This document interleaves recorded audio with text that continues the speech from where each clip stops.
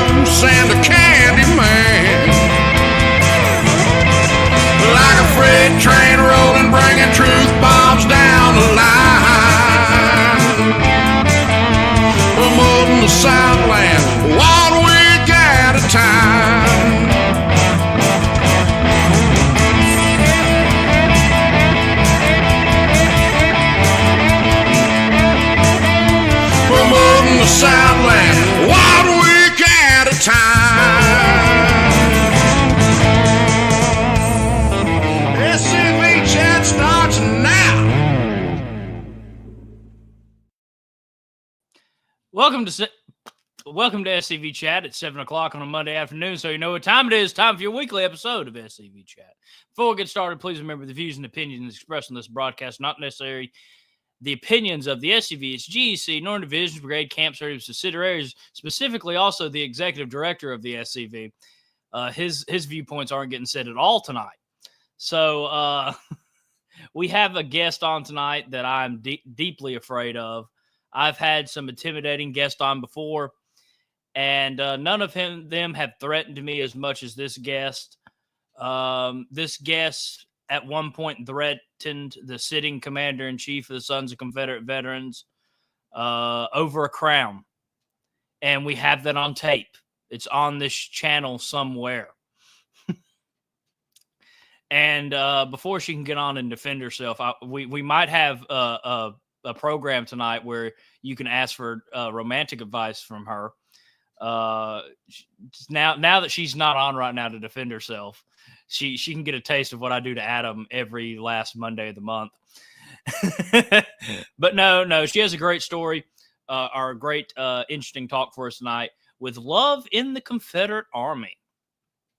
So I've been looking forward to this, and no, we're not going to be talking about the time I nearly killed my date by giving her a Reese's peanut butter cup. So we are going to be just talking about this and that alone, because I definitely have no romantic stories to tell other than the fact I've nearly killed a date. So we have Kayla Southern on tonight, the first time guest. She has again threatened me and worked me at HQ every time I come, and really just made every second of every trip I come up there. I've had to move stuff upstairs, heavy objects upstairs. You did help me. But everybody, please give Kayla a great welcome again. This is her first time on the show. And without further ado, Kayla, how are you? Good. How about you? Good. I can't complain other than it was Valentine's Day and I didn't have any Reese's Peanut Butter Cups. So, it is interesting. But we were talking a bit before the show about Adam's impeccable baseball skills. Yeah. he is regretting this right now because he walked out of the room. I told him he should have stayed there and held a light up for. If you go back and look at some of the first Hearth and Home episodes with Adam, you'll notice there's a light that moves around Adam's head. That's Kayla holding the light for him for an hour-long program. That was only one time. Our power went out. So if you go back, there's an episode where Adam just has this light going back and forth. But now I'm just all I can think of is baseball and Adam running. Are you gonna make me chill that? Let's see how Adam reacts to it. Adam, if you ever mistreat me again, that story will become known. I didn't bring you any chocolates, Gerald, this weekend, but I did bring you stuff to do. Kind of like what Kayla does to me. She doesn't say hi. She doesn't ask me how I've been doing. She goes straight into what I can move at HQ. So that is what I was showing you this weekend, Gerald. Kayla's sitting here not knowing how to defend herself. What'd you say? You still haven't come up and moved that one piece I need moved. And then Adam was supposed to get his camp to move it last meeting, and they didn't. So maybe tomorrow night it'll finally. Wow, Adam. Wow. The funny thing is I am coming up, I think, for the GEC meeting. So I'll probably, instead of going to the meeting, be moving that because Kayla doesn't want me to have any joy when I'm up there. She just wants me to move furniture. It's just one piece. If it wasn't a step, I could move it myself. When you called my father the sex symbol of the SCV is when you mistreated me, Adam. Yep. I think he was just repeating that from some of his staff members. Just repeating it. I don't think that was necessarily his words. I think he was repeating that. Well, I'll have to see Adam's defense of that because that is on the gag reels. You can go back and look at my face when Adam says that. And I have been speechless only a few times in life. And Adam looking me dead in the eye in front of about 2,000 people and saying that, my father's a sex symbol, that gets me. But Kayla, it's good to have you tonight. I've been looking forward to this since I know you've been coming on. What, 2 minutes ago? No, it's been a week. A week? It's been a week. But let me fix my camera. Or not. That's not your normal spot. We're remodeling my normal spot. Oh yeah. So we're remodeling too. If that door behind me was to open, it would be a nightmare. The only thing I remember from y'all's remodeling is Adam posting one picture, and it looks like y'all have just completely destroyed your living room. There's nothing on the walls. There's nothing on the floors. And you just have poor Adam down there with like a little hammer. Well, that's our dining room now. So. Oh, okay. Adam told me I could come over sometime, but he told me also that you threatened to make me sleep outside with a cow, I think. So I haven't taken y'all up on that offer yet. But I can't wait to see y'all's remodeling. I know y'all have done a great job, but let's see here. I don't know if we have any other announcements. Looks like I'm in my closet. No, I'm not in my closet. Not yet anyway. I might have to move there at some point because there's stuff everywhere. The doll's house still has Christmas ornaments up. My grandmother has just thrown them all in this one room, and it, of course, is my office. But we do have a great story for you tonight. So, Kayla, tell us a bit about tonight's program. Okay. I did this program for my UDC chapter Saturday. I've known about it since August, but I decided to work on it last minute. So, yeah. But you want to go ahead and get started in it? Yeah, we can go ahead and get started. As long as you just don't threaten me anymore, and I can tell the guards I have outside my room they can leave. Yeah. Okay. You can tell them to leave. I thought you were talking about the security guards at Elm Springs. Yeah, I asked them to come to Southern Mississippi to guard me because they knew that you would be coming out. You're good, guys. You can leave now. I don't know where you live yet. I mean, I'm sure simple phone call. I got connections at HQ. She's got all it takes is one simple phone call, and Kayla is sending an assassin after me. Hence why I'm nervous. I feel like if I say anything wrong tonight, Kayla is going to send an assassin after me, because I've never had more fear in my life than when I was doing the oratory last year. And at last minute, I was like, I wonder how Adam and Kayla would react if I threw them in this. Because I finished my speech like 2 minutes early. So I just started going off the top of my head. And I see Kayla there, and I'm not going to repeat what I said because Kayla looked at me with daggers in her eyes. And it was at that moment I was like, I need to get out of here quickly. And then she paid me back for the moose hunt where she shot a whole clip at me, and then her husband shot me in the forehead. Right in the forehead. And this is the person she has threatened. She has also threatened a sitting commander-in-chief. Everyone is scared of Kayla Keaton Southern. That sounds like you're chasing. It sounds like you're Jason Bourne. Like every time we go to a national reunion, Jason and I just stop. Oh my gosh, it's Kayla Southern. Oh my gosh. We get scared. If you want to answer this question, we do have a question about UDC chapter, and it's the Captain James Madison Sparkman chapter in Columbia, Tennessee. Okay. So, yeah. And again from Jason, he's seen them daggers. I've seen them daggers many times, but they were extra sharp the night of the oratory, where she assaulted me with a Nerf gun. But we're good to start if you're ready, Kayla. Right. Or unless you want to take this time to attack me or your husband or Jason. You can use it for whatever. Okay. I'm good. I don't want to do that publicly on the air where there's a record. She wants no witnesses. All right. Do you have my first picture? Yeah. All right, that is General Frank Armstrong, and he married a local Columbia girl named Maria Polk Walker, and she was a great niece to President Polk. And in the fall of 1862, she went on a trip with her uncle. She had 3 cousins fighting in the Confederate Army. Her father fought in the Confederate Army, and for whatever reason, she went on this trip further down south with her uncle to visit her cousins. And that's where she met and fell in love with General Armstrong here. And they were very quickly engaged. Not a whole lot about their courtship, but most of this information comes from the Walker family papers. And Maria eventually goes back to Memphis, where she lived with her parents. And Frank's out in the Army. And she receives word that he's been killed in a battle. It didn't say which one. And she takes to her bed ill. She's just so distraught.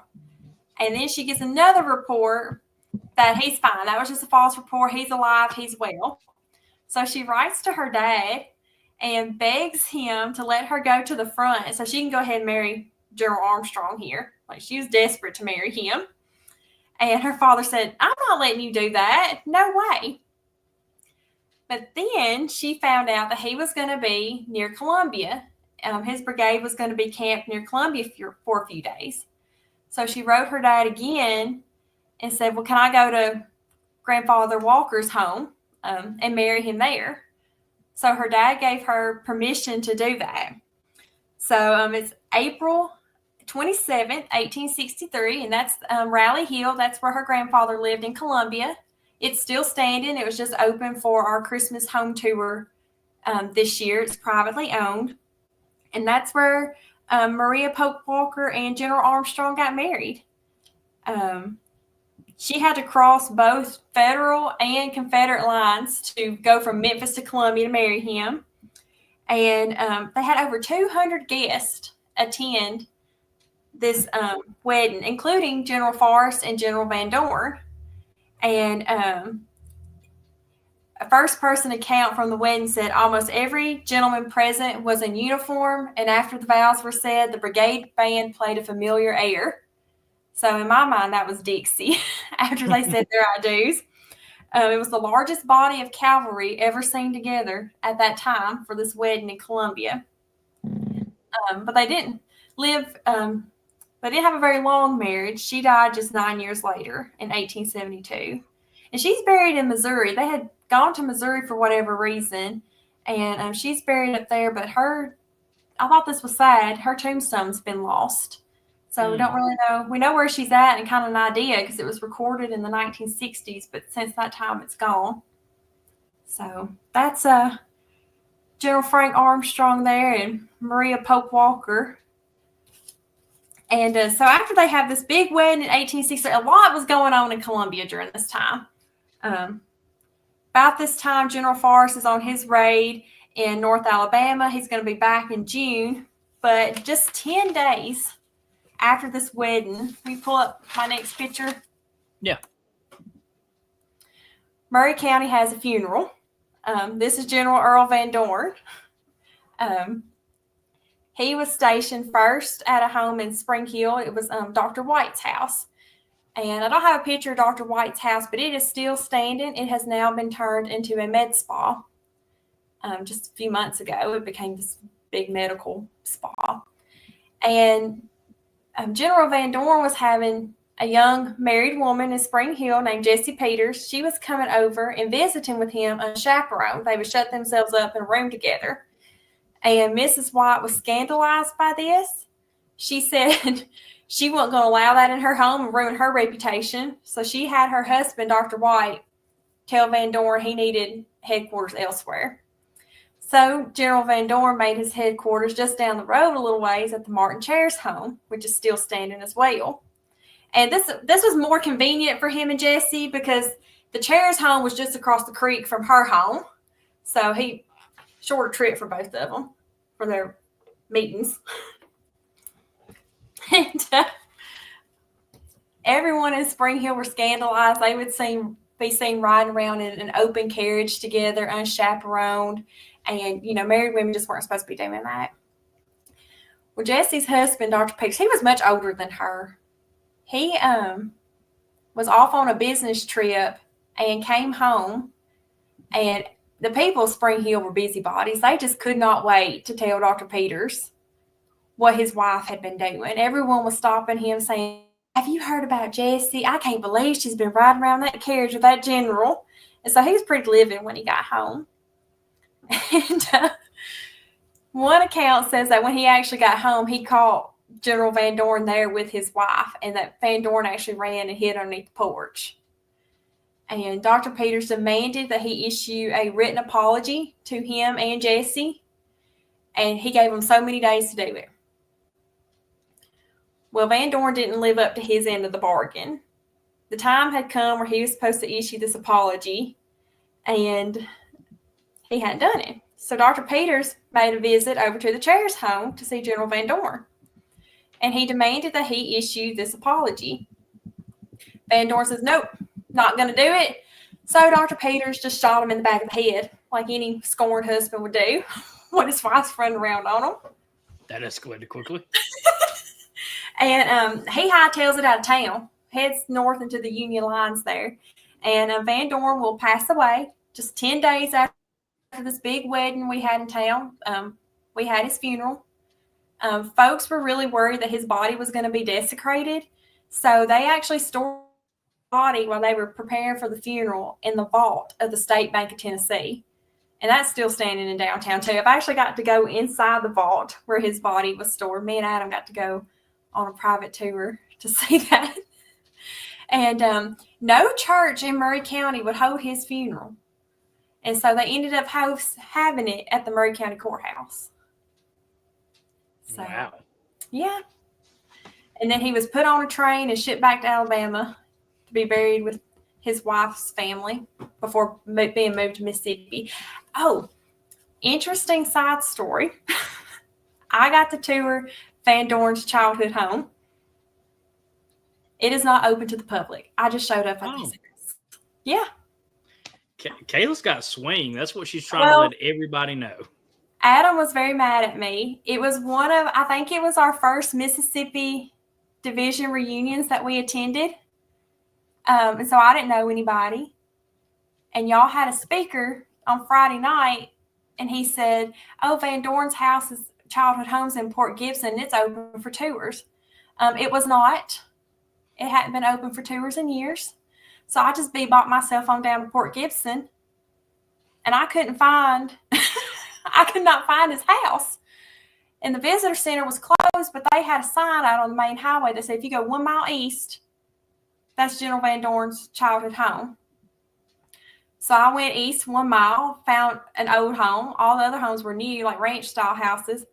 And I pull up in the driveway, and all these dogs come out and are barking, and the people came out.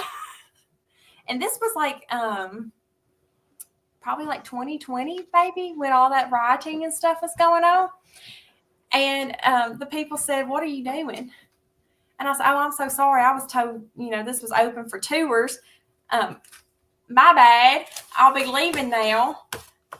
And they wanted to know why I thought it was open for tours and how I found their house, because they had requested the city remove all the signage. But anyway, I told them where I was from, and they said, well, do you want a tour? We'll let you come in. And I thought, well, they're crazy enough to let a stranger come in. I'm going to go in there and take a tour. And Adam had no idea where I was. I just went some stranger's home. Didn't invite me. Didn't invite Connor. I didn't know y'all then. You didn't invite your own husband. He didn't know where I was. He was in one of the things y'all have. I didn't know y'all. I didn't know anybody. I could have been buried in his front yard for all y'all know. Just went into a strange. The love of history is strong in Kayla. She just was like, yeah, sure, I'll go in a stranger's house. Well, I now have a band that when we go anywhere, like, and Adam doesn't go, he's attending reunions or meetings, I can only go within a 30-minute radius. I got in trouble. Adam's in that barn right now. Like, stop telling secrets. And we'll tell the baseball story, Adam, if you're too mean tonight. But yeah. Oh, I forgot. We forgot to put up Jessie's picture. Is she the one after Van Dorn? Yeah, she's number 4. That's Jessie when she was older. So we can't find a picture of when she was younger. Made her turn all these heads. She was a head turner in Tennessee. Yeah. So yeah, those are some of my favorites. And then I really like the next story. Because I think General Van Dorn, he's a good looking man. Mm. This next one, not so much. Go ahead. Heard it here, folks. Oh. All right. That's the same reaction my UDC ladies had. Just time out. You go from the standard Southern gentleman here. Good beard, serving his country, got great facial hair. I can recognize that. And then you go to this. Yeah. And it looks like his beard is messed up. Yeah. And he's rocking a hair choice. Well, he was very appropriately nicknamed Old Baldy. He got that nickname in West Point. He looked like this for a long time. Dude, just shave it off at that point. There's no hurting it. I don't know if they did that back then. Probably not. It took me years to realize that Robert E. Lee had a comb over. Did he really? Yeah, so like I don't know if it was bad, but like if you look at some of his pictures, yeah, you can tell it's slicked and curled, giving him his iconic hair. I don't think it was anywhere near this. Well, no, he don't even have a comb over, so he's not even trying. No, he's given up that fight. But this, of course, is General Richard Stoddard Ewell. And go ahead and go to the next one. Yeah, we're losing viewers quickly. This is his, who would become his wife. Her full name is Elizabeth McKay Lazinka Campbell, but she went by Lazinka. And she has that unusual name because her father was a U.S. Senator from Tennessee, and under President Monroe, he's serving as ambassador to Russia. So she was actually born in St. Petersburg, Russia, and named after the Tsarina at the time. Her mother and the Tsarina were really good friends. And she was very pretty. I think she's a very pretty woman there. And she grew up in prominent society in Nashville. And Ewell was from Virginia, and they were cousins. And he pretty much just loved her from the first time he ever saw her, and was just head over heels for her. And he wanted to marry her. He was a third-born son, and so he was going to be destined for a military career. She also had numerous other suitors, but Ewell and a man named James Brown were kind of the top two for her. And James Brown, he was a lawyer, a plantation owner. He was really up-and-comer in the Nashville political scene. And her father, Lazinka's father, really pushed for her to marry Brown. He said, this man's going to give you the lifestyle you're accustomed to. You're going to be, prominent circles. You're going to have nice clothes, a nice house. Ewell's not going to be able to give you that. So she went with her father's choice, and she married James Brown. And he got a job working as one of the ambassadors at the Paris embassy. So she immediately after the honeymoon goes to Paris, just living her best life. But from what we've been able to tell, they didn't have a great marriage. Her husband, she had 3 children. Her husband commits suicide just 5 years after they got married. So she moves back to Tennessee, moves in with her dad. And very prominent family in Nashville. They actually gave the land for our state capital.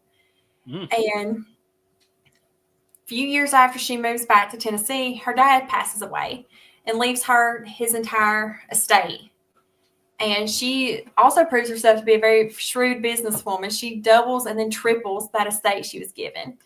And all I can figure, she must have really enjoyed her freedom, being able to control her own money, control her life, because she remains a widow for a really long time. And she had a lot of suitors. She was very pretty. She was extremely rich. Now, the war between the states breaks out, and her oldest son, Campbell Brown, wants to go fight in the Army. And of course, just like any mama, she don't want him on the front line at risk of being hurt. So she writes to her cousin, Richard, and asks if her son can have an appointment as a member of his staff, which he gladly agrees to. And so Campbell Brown's off the front line. Lazinka's real happy. Her and Richard are keeping up correspondence with each other. And then Nashville falls to the Union Army. And Andrew Johnson occupies her home in Nashville, kicks her out. So she decides to go to Virginia, be close to her son, be close to General Ewell there. And he was wounded at the Battle of Second Manassas and had to have his leg amputated. Some reports said above the knee, some said just below the knee, but he was missing a leg. And Lazinka is there to nurse him back to health.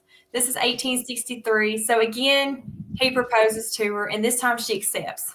And a lot of folks back then, and even some today, blame Lazinka for his downfall. They said that she made him too cautious that he was more concerned. He wasn't concerned about being a good soldier anymore. He wanted to get back to his wife. And they blame him for not taking the hill at Gettysburg. They said he was just too cautious. He wanted to get back home to his wife. So after the war, he would introduce her as, "Have you met my wife, the widow Mrs. Brown?" And she would say, "Well, I'm Mrs. Ewell now, remember?" But after the war, they returned. They come back to Spring Hill.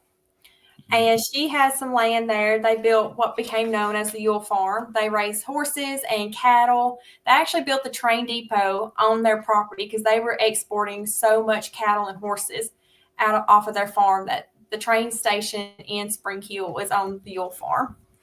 In 1872, in January, he gets sick, and she is nursing him back to health again. But then she gets sick as well, and she dies. And he was starting to get better, but the family was afraid that he would be distraught and take a turn for the worse if they told him she had passed. So they waited until the day of her burial to tell him that she had passed away. And he demanded to see her in her casket to prove that she had passed. And he dies the next day. Mm-hmm. And they are buried in Nashville City Cemetery. And then pull up my next picture there. In Columbia at St. Peter's Episcopal Church, this is a stained glass window dedicated to the Ewell. So it's kind of hard to see, but at the top, there's 2 red circles, and it's got their initials with their birth and death dates there. But they were Episcopalian. Spring Hill did not have an Episcopal church when they were alive. They got one later. So they would come to Columbia every Sunday and attend St. Peter's Church here in town. So they've got that beautiful stained glass window for them. That's cool. Yeah. Oh, I like them. Their house would be tour. You didn't have to break into this one. Did you say it's available? Yeah. Did you say it was available for tour, or it's not available for tour? I wish it was. No, I wish they were. I wish they would open it up for the home tour, but they won't. Oof. Yeah. Well, we can all count on Kayla to find a way to get in there. She's going to break in there one day.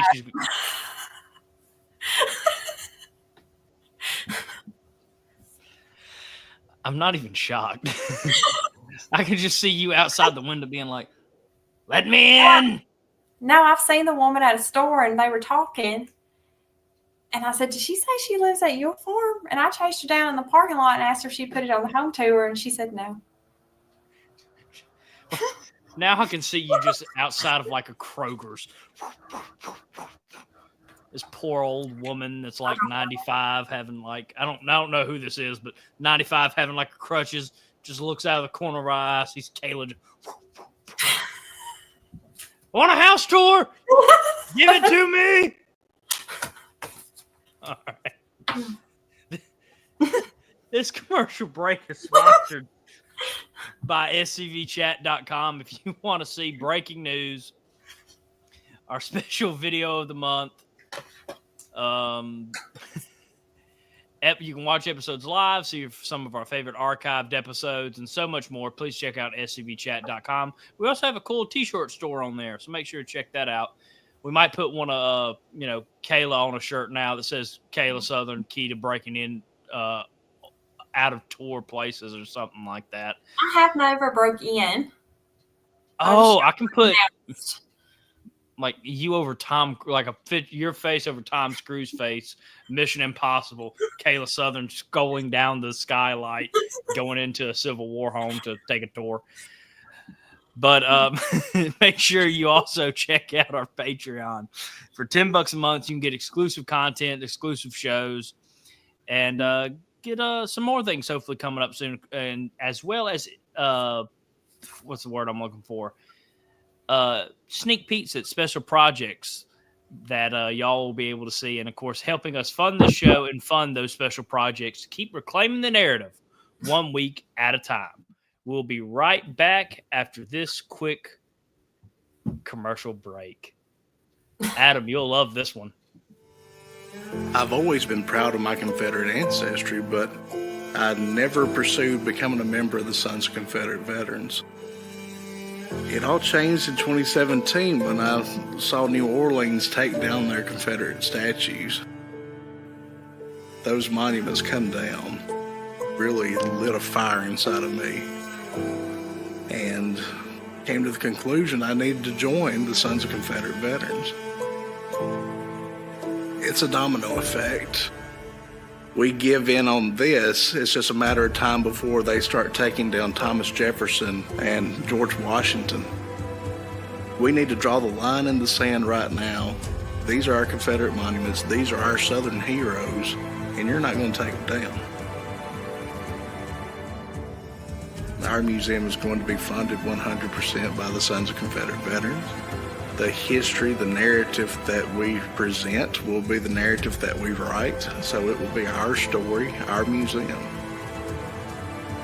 Right now, if we do not protect our heritage and present it as it truly was, it's going to be lost forever. We're going to tell the true story here. I'm Adam Southern, and I'm a proud descendant of Private Alfred D. Southern, a Confederate veteran.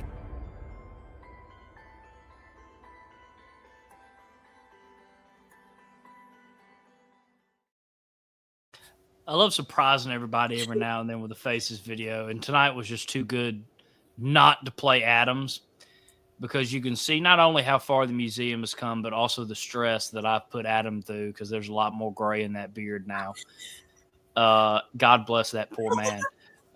You could, every time I call Adam or text Adam, I can feel the eye roll of no, not now, not him. But again, make sure to check out scvchat.com. And for, again, $10 a month, you can support SCV Chat directly to help us get out more content, reach more people, and produce some special content that hopefully we'll be sharing soon. Adam was like, we really need to update this. Adam, I every time I see it, I just think of all the stress me and Connor have put you through. But at the same time, I've also been threatened by your wife since then. And so, I mean, we've come so far. We've come so far, Adam. All right, let me scroll back up to your pictures because that's going to take a second. All right, you're good to go. Okay. So the next couple is General John Hunt Morgan and Maddie Reddy Morgan. And I don't have my book. I read a book that's in the General McCain Library at HQ for this story. And it was a decent book. I'm not doing a book review, never mind. But it was a decent book. I could have done better. No, I couldn't have done better. You probably could have. Because I can tell you everything you need to know about any subject in 4 sentences and be done. Don't do that tonight. No, I can't write a 400-page book. That's just ridiculous. Anyways. And shout out to Adam's new book. It's not 400 pages. It's 270. Perfect length. But and I've read it 4 times, so pretty much 800 pages. Now I got you sidetracked me, Moose. I'm very good at that on this show.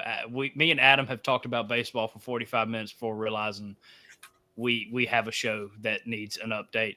Eric says that I jump every time you talk to me on the show, and that's valid, Eric. I'm scared for my life.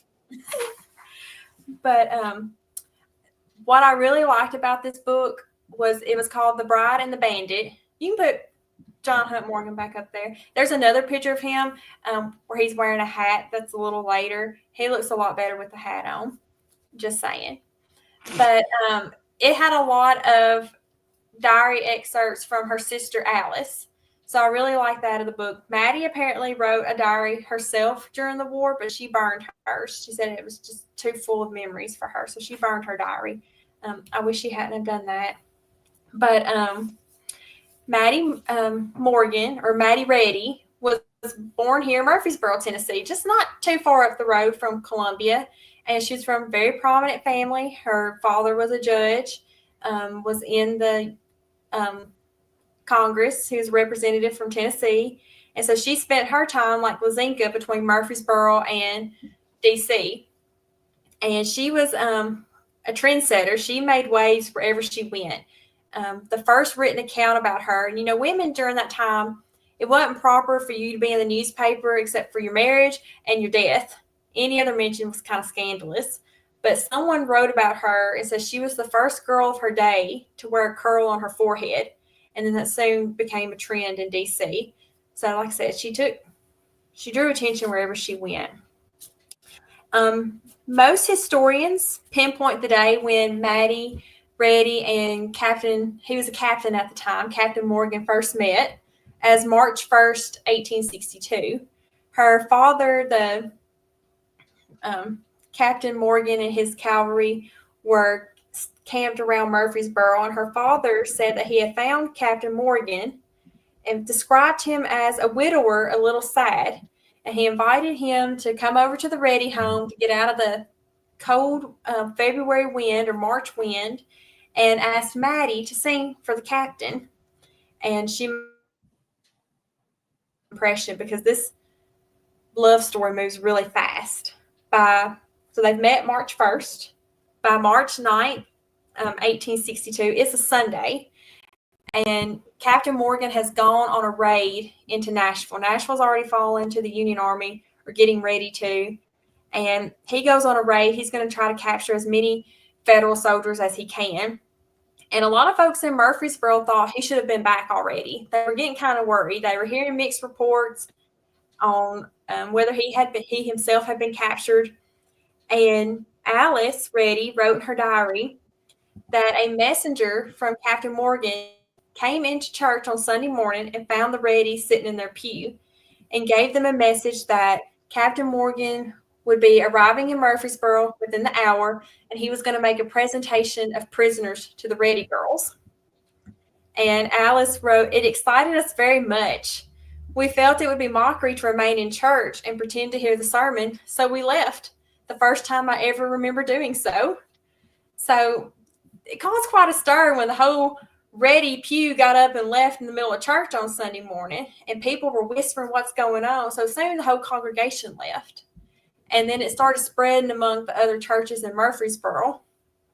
And so the Reddys go to their home, which was right off the square in Murfreesboro, and everyone has gathered around the Reddy home. And Alice wrote, "The procession moved into the middle of our door when it halted, and Captain Morgan rode to the stepping stone, raised his hat, and said, 'Ladies, I present to you with your prisoners. What disposal shall be made of them?' So he presented as a present 38 captured Union soldiers to Maddie and her sister. And they said they were just tickled to death to be honored by Captain Morgan, and they don't really recall what they said. So then there's not a lot written about the time between March 9th and their actual marriage date in December. Nashville's fallen to the Union Army. They're encroaching upon Murfreesboro. It's March 18th, 19th. So the Confederate Army has retreated back towards Shelbyville, a little bit further south. But Morgan, because they left kind of abruptly, snuck back into Murfreesboro in the middle of the night so he could see Maddie. So this is just 19 days after they've met. He's sneaking in to see her in the middle of the night. And then, like I said, there's not anything written about them again and their courtship until their marriage in December. And this was probably a bigger wedding than the one in Columbia. This was December 14th, 1862. They were married by General Leonidas Polk from Columbia. He was wearing his bishop robes over his general's uniform. And this is for the ladies. Maddie wrote that she wore a borrowed tarlatan gown with silver paper stars and a veil. Morgan had just been promoted to brigadier general, so he wore a brand new uniform with his insignia, with his new insignia on it. Groomsmen were General Bragg, Hardy, Breckinridge, and Cheatham were all groomsmen. And I thought this was funny because, for the ladies that might be watching, we care a lot about our bridesmaids and what our bridesmaids look like and how their hair looks and their jewelry. No one in any newspaper report or even diary entry of that day mentions poor Maddie's bridesmaids. They were so overcome with all these generals serving as groomsmen. One newspaper said, no groom has ever had so much said in the history of the world about his groomsmen and the bridesmaids being completely ignored. Usually, we don't really care about the men at a wedding. Y'all were just there because, you kind of have to be. But we really could have weddings without men if we wanted to. But, so, again, like Lazinka and Richard Ewell, many folks blamed Maddie for Captain Morgan's downfall. She followed him wherever he went. She was never more than 50 miles from him, wherever he was after their marriage. And said he would fight all day and then ride the 50 miles to see her at night. And they said that made him weak. It made him not as cautious as he was before. And said his temperament had changed. He actually lost one of his advisors because they disagreed over Maddie, but she was always around. And the last time Maddie saw him alive was August of 1864. So they were only married about 2 years before he was killed on September 4th. She was pregnant with their daughter. Their first child had passed away when he was in a prison camp. And this baby that he would never see was born 2 days before the surrender at Appomattox. And Maddie would name her Johnny Hunt Morgan in his memory. And she remained a widow for 8 years. She really wasn't interested in remarrying. But her sister had married, and her husband had a really good friend who was a veteran himself. He was missing an arm. He was very prominent just up the road from Murfreesboro. So she ends up marrying him 8 years later after General Morgan passed away. And would go on to have many children with him. And she's actually buried in Lebanon, Tennessee. But I feel bad for their daughter, Johnny Hunt Morgan. She when she was a young lady, when she was 17, 18 years old, she fell in love. And let's see, we skipped some pictures. Let's see. That's my bad. This is the last one we were on. Yeah, that's him. Let's go to Maddie. Yeah, that's her. That was taken of her in 1860, so just before the war. That actually came up for auction a couple weeks ago, and Adam and I missed out on it. We were bidding on it. But I like she's very pretty. And then the next one is a photo or a drawing of their wedding with all those generals present there. And then the next one, this is the one where I said he looks better with the hat. That's their wedding photo. Oh, yeah.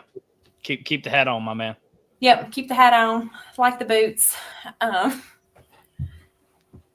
then the next one is Johnny Hunt Morgan. They're General Morgan's only surviving child.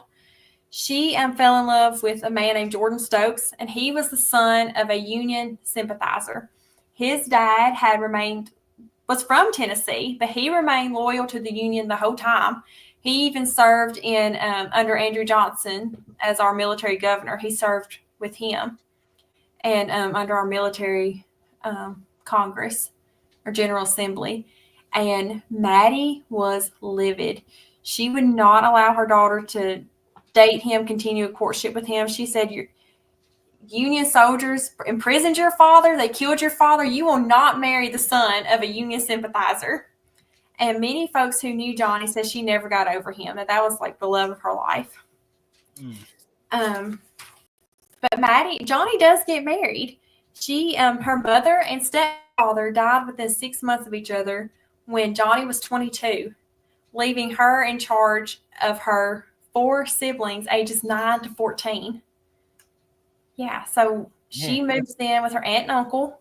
She's taking care of her siblings, and 5 months after her mother dies, she marries a Presbyterian minister.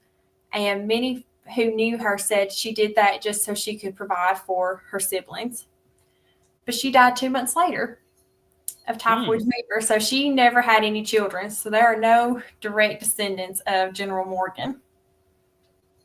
I know, I thought that was so sad. I thought it was also really cool. In that book I read, The Bride and the Bandit, there was an interview with some of Johnny Morgan's half-sisters, and they were still alive in 1962. Whoa. Yeah, they were in their late 80s. That is impressive, but a blessing that they got to stay alive that long and give those interviews. Yep. So I think I've got one more story. Let's see. This is the Smith family of the Athenaeum. It's here in Columbia. I'm president of the board there. And let's see.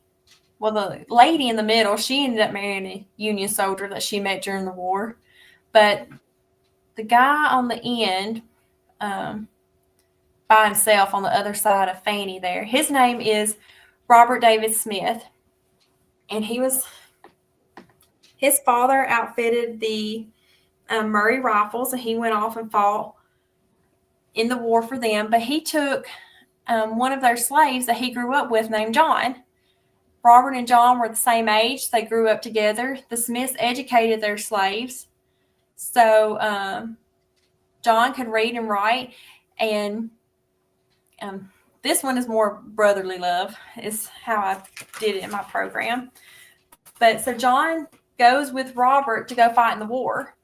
And John kind of serves as a courier and sometimes a spy for Robert. He's going back and forth between the Army and home at the Athenaeum, getting supplies. He's telling Robert news from home. Robert's sending news from the front home.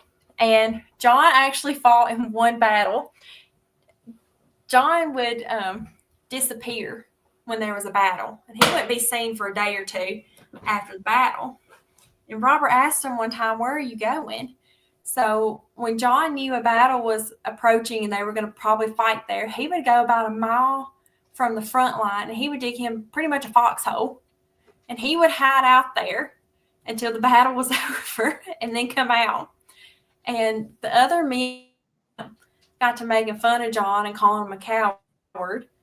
So he said, "I'm going to show you I'm not a coward. I'm going to fight in the next battle." And he lasted one shot before he went to his foxhole he'd already dug. So he did fight in one battle.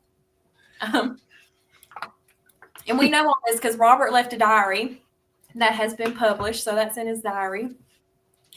And after the war, they both returned home. And Robert tells John, "You're free now. You can do whatever you want, but I would really like to see you learn a trade." And John said, "I would really like to be a blacksmith." So Robert got him an apprenticeship to be a blacksmith. And John was a really quick learner. 6 months in, he was already earning half wages. And Robert was supporting John this whole time. He said, "I'll support you, take care of you while you're learning your trade." And a year into the apprenticeship, they told John, "You've passed. You're good enough. You can go out and start working as a blacksmith." So Robert got John a bank account at his bank. But all the other former slaves, the radical Republicans, told John, "You need to put your money in our bank, in the Freedmen's Bank. You don't need to put your money in his bank." And John succumbed to the peer pressure and moved his money to the Freedmen's Bank. When Robert found out, he asked John, "Why'd you do this?" John said, "Well, they're paying me more interest." So Robert said, "Well, move your money back to my bank and I'll match the interest myself." So John did that. He said, "But we'll keep it a secret because I don't want, people to mess with you again." And it wasn't too long after John moved his money back to Robert's bank that the Freedmen Bank failed here in Columbia. And everyone, all these former slaves who had money in the Freedmen's Bank lost everything that they had. And the Daily Herald, our local newspaper, had an article that said John Smith put on his Sunday best and paraded in front of the Freedmen's Bank while everyone else's crying and distraught about the money they've lost. John Smith put on his Sunday best and paraded in front of all these folks and said, "Don't you wish you had a Master Robert to look after you like he looked after me?" And yeah, that's in our local newspaper. And when people come to the Athenaeum and want to hear stories about our slaves, and I tell that one, they don't really like that. But I get a kick out of it. But when I could just see him so happy outside the bank. And for some reason, he's got like a cane and he's just. Yeah, I think he said he did. He had like a cane and he was dressed in his Sunday best and said, "Don't you wish you had a Master Robert to look after you?" And when Robert passed away, of course, they call all the family around, and John was there. They let John was there with him until the very end. And I wish I could find John with a name like John Smith. And then, now he's a free black. It's just, I lost him. I found him in a census record, and I can't find him after that. So, but that's one of my favorite Athenaeum stories. Yeah, that's a really good one to end on. But everybody, please thank Kayla for coming on. She didn't have to. She decided that she wanted to do this, I think. I don't know. Adam might be, behind the white door you see in Kayla's house. You need to get on the show. But make Kayla a regular on the show. I think Kayla would kill me if she had to come on this show every Monday. She's been very nice tonight, but she's going to threaten me as soon as I tell her we're off the air. And I might have to go into witness protection. This might be the last episode you see me on. I might have to go on the lam after this. But all I got to do is make a phone call. I'm surprised. You guys sent me a Christmas card, so I'm not shocked if I'm not in y'all's home little file thing. I don't even know what it's called. Lucky for you, Adam does the Christmas cards. Thank God. Yes. Thank you. I'll have to call Eric or Cindy to. I just go get home, next week, and there's a box that just says Kayla Southern on it, and calling the FBI. And I wouldn't put my name on it. No. What are you talking about? I just go home. There's just a corn dog nailed to my door. All of a sudden, I'm just looking around. Kayla's by the cows in my farm with like a knife in one hand and a flashlight. In my defense, I was not going to beat anyone with the corn dog. I wanted to save my corn dog because I was just going to beat him with my parents. I told Adam to hold it so I could come back and eat it when I was done. So, for those who don't know, who wasn't at the oratory, Kayla's official title in Mississippi's government is what was it? General of the Corn Dog Cavalry. Yeah. And instead of swords, just everybody has corn dogs, and Kayla has a crown with a corn dog. That needs to be a fan art. If we have any artist in the millions of people that watch this show, I need that. That will be on a t-shirt immediately. Just Kayla on a horse, crown, corn dog. No.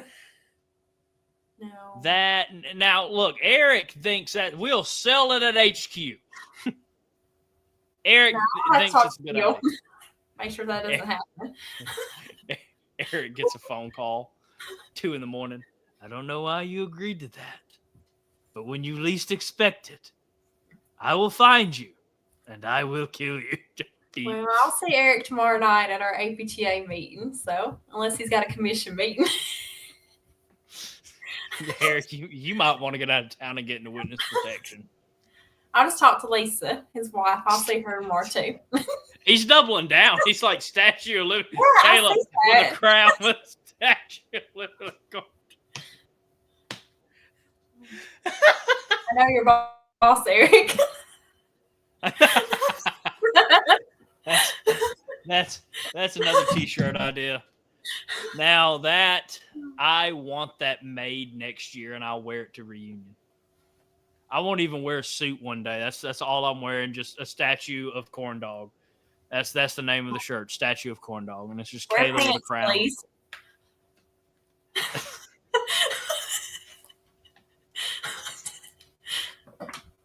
You said that's all you're wearing was a t-shirt. Wear pants. Yeah, no, I don't know if I'd be able to keep my membership at that point. If I showed up, just pair of socks, t-shirt, boxers, I'm pretty sure that's Adam's last straw.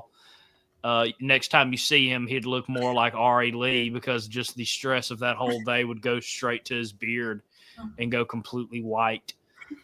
Every time I see Adam, I mention that he has another gray hair in his beard, and I know they're all from me. Oh, now hold on now. Why am I being brought into this? I didn't come up with the statue of corn dog. That was all you, Eric. Now Eric's saying he's going to make sure Kayla has a ginormous Nerf gun at reunion. I have like a semi-automatic Nerf gun. No. I do. We used to shoot, have Nerf gun war at Christmas. That's my family's crazy. So the whole family just Nerf guns and corn dogs, and that's all we need in the battle. If the South had Kayla, a couple of corn dogs, and a Nerf gun, we would have won. Oh, gosh. As soon as this show ends, Kayla's put me on the do not reinstate list. Soon as it ends. But we do have some pictures from Adam that he wanted to show off tonight if we had a time. And we have a bit of time left, Adam. So we'll give Adam some sunshine because, you know, he works so hard. And I feel like when he gets home, Kayla just bullies him and makes his life miserable. Just, you know, makes him, you know, every time Adam sits down, Kayla comes in and is like, you need to do this. You need to rip up the floorboard upstairs. Got to tear down a wall tonight. You know, Adam's just sitting there so tired. That's dangerous. I'm glad I wasn't at this dessert party. My diet would have died because I can see 5 things that I would have gotten big plates of. Correct me if I'm wrong. You're the main cook for this, right? For the dessert party? Mm-hmm. Yeah, but shout out to Mandy Hill. She made the banana pudding, which is always a huge hit. And then Adam's mama, Tammy, she made strawberry cake and a cheese ring. Because we have to have some savories too to cleanse the palate in between the desserts. Cleanse the palate. And I think Adam said this was the biggest dessert party y'all have had. It was a big one. Mm-hmm. We had about 35 people. Mm-hmm. Oh, wow. Okay. Yeah. Congratulations. Mm-hmm. I know Adam always looks forward to the dessert parties. And there's a reason I haven't came up to any of them is because I'd gain about 15 pounds. Sweet tooth is my downfall. And every time I get on a diet, that is my fall. It's not, I can control what I eat. It's just when I see a dessert, it's getting eaten. There's no control about it. I ate some corn and like a chicken tender today. That's all I've eaten, trying to count my calories. But as soon as I got here, my grandmother had banana pudding, and that's one of my favorite desserts. So I geniusly got a huge plate and just watching my grandmother in horror witness how much banana pudding I just ate, wondering where she went wrong in helping raise me as I just clear out the banana pudding. Yeah, we came to something down there in Mississippi, and I remember looking over and you had a whole pan of leftover banana pudding, and your daddy said, "Son, why do you have that?" And you said, "It's banana pudding." It's like that explains it all. It does. It's banana pudding. That explains everything. Like, I got asked to leave a buffet restaurant because I ate so much of their banana pudding. Don't tell that. I got asked to leave. The owner of the restaurant comes out and is like, "Dear you need to leave. And I'm like, but I still haven't eaten all the banana pudding. He looks, and they have this huge tray. And like, there's like maybe a bit left, like maybe a scoop left for a bowl. And I have gotten one of his big plates and just plumped like all this banana pudding on it. I ate it all. I got my $8 worth. There's also a Chinese restaurant in Laurel, Mississippi that refuses to have me. That happened in middle school, where they refused to serve me after a couple times I came in there. And it's all because of banana pudding. It's banana pudding's fault. I love strawberry desserts and banana pudding. And if you have those two objects, I will eat them. I did not get this fat by mistake. It's because of banana pudding. That and Oreos. Oreos have also played a matter of fact.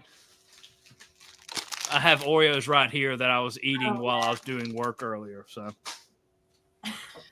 but make sure to share this episode out, everybody, so these wonderful stories can be shared for the 3,000 or 4,000 people that are now going to witness this joyful episode of me talking at the end about how much banana pudding I ate. But Kayla did a great job. She deserves to have this episode highly watched. So make sure to share this out. And again, thank you, Kayla, for coming on and giving this program. It was a great program. How do I want to say it? I have been looking forward to it because, like, you don't hear many romance stories about the war. Like, okay, here's a love story. Of course, you know, with war, there's a lot more things to focus on. But I had a great time tonight. Learned a lot. You always hear about Stonewall Jackson. That's actually on the cover of this episode, and his wife. And you hear about General Forrest and his wife. But I never really heard about any of these other stories. Van Dorn's one. I'd never heard that before, and I thought I was a good Van Dorn fan. Obviously, I'm not. But thank you again. Let's see here if anybody has anything to say. Well, next time you come up, we'll go we'll go drive by. We won't bust any doors because I think at where he was killed, I think there's still blood stains on the floor. Oh, wow. It's been a long time since I've been in there. Well, if anybody can Mission Impossible us into a tour, I know it's you. Kayla Southern, the Mission Impossible of War Between the State Tour. She will find a way. But you do have a lot of people thanking you for coming on tonight. Well, thanks for having me. Yeah, you got one or two people saying you did a good job. Notice that Adam hasn't said anything yet, though. I do want to point that out to get the heat off me. Adam hasn't said you've done a good job.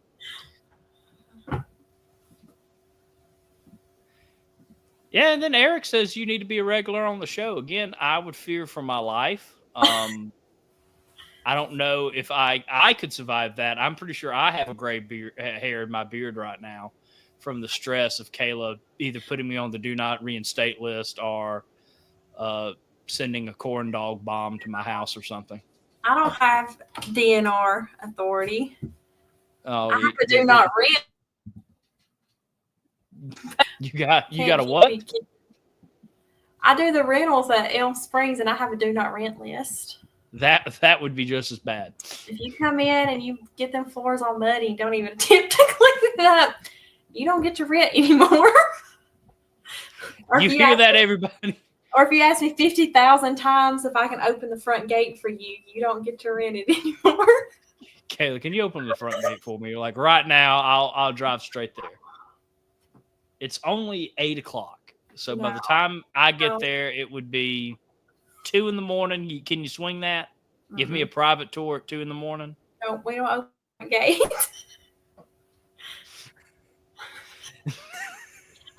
Oh, Adam! Now I called him out. She did a great job. All caps, 3 exclamation points. That is a man trying not to sleep on the couch right now. That is a man that fears for his life. But yeah, thank you, Kayla, for coming on. Thanks. Hope to have you on again soon. Whenever you feel like it, just tell Adam, and we'll force Adam to, because I mean, you gave more better stories than Adam. Oh no, no, I didn't. Kayla's trying to play defense now. Like, no, I didn't. Don't say that. But make sure to share this episode out and email scvuyouthoutreach@gmail.com, and you'll be featured on the upcoming episode of Look Around the Confederation this Thursday at 7 p.m. Confederate Standard Time. Make sure to send all your news, short videos, and write-ups, as we will be finishing up the crap ton of news y'all sent over the break, and hopefully getting into some more stuff. So thank you all for tuning in. Until next time. Oh, Adam has said that you should do all his shows now. So I need you to have something about the museum next Monday, because next Monday is Adam's episode. Okay, well, we went on a road trip and got some new artifacts, so. Save it for the next episode. Kayla, I have a show to run. Save it for next week. But can we just start next week's episode with Kayla in the chair mouthing while Adam talks? No. That would be great.